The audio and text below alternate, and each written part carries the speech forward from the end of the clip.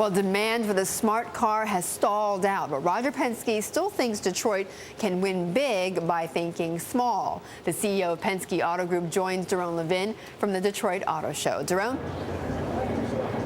Thanks, Betty. We're here in Detroit with Roger Penske, the Chairman and Chief Executive Officer of Penske Automotive. Roger, Happy New Year, and congratulations on the doubling of Penske Automotive stock price in what was, by almost every measure, a tumultuous year for the U.S. auto industry. And welcome to Bloomberg TV. Well, it's a pleasure, Doron, to be here. Obviously, we had a great year, and now we're looking forward to 2010. That's great. What will you take away as your most valuable lesson of a difficult 2009, and what would you rather forget for all time from last year?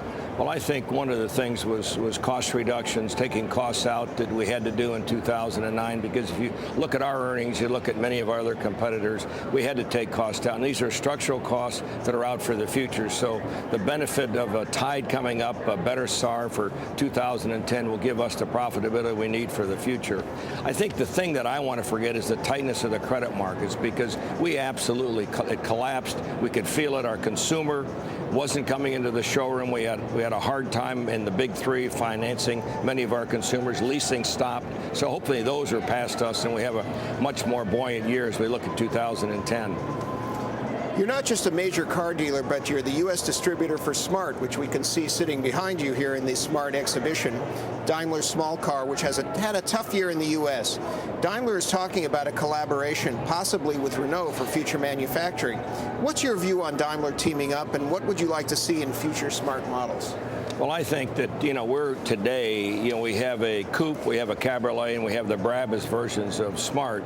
And there's no question as we look longer term that we're going to need to have additional vehicles. I'm not really up to speed on the talks between potentially Renault and Daimler, but obviously we're looking forward to future vehicles. The one good thing we have coming is our electric vehicle, which we hope to launch in the U.S. during 2010. It's interesting you mentioned the electric vehicle. We've seen two major studies, one federally funded, analyzing the state of battery technology. What is the Roger Penske view on battery-powered electric vehicles in light of the many projects and worldwide government financial stimulus for research and production? Well, I think today that all countries around the world are talking about EV, but if you look at Europe, diesel really is the leader today, giving people value for money. Today in the U.S., I think we're going to have to look at infrastructure, smart grid, and things like that before electric vehicles become the thing of the day. It's not like you're plugging in your golf cart today because you have a particular area. We have to have infrastructure that will give us the ability to go from city to city. We have our Smart to Go program. We're going to have our EV program.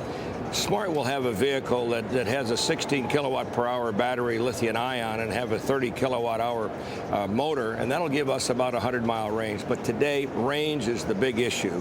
And I think today it's 100, tomorrow will be 200, and maybe in a couple of years it'll be 400. But until we get that range and until we have infrastructure, I think it's going to be a big step. We have only a little time left. Could you give us a final word on how credit is unfolding? Is credit getting better for your customers? And in your view, does GM need a credit subsidiary? It doesn't have one right now. Well, I would say in the retail automobile business, your credit partner is the thing you have to have offense. And there was no question we didn't have some of that during the early part of 2009.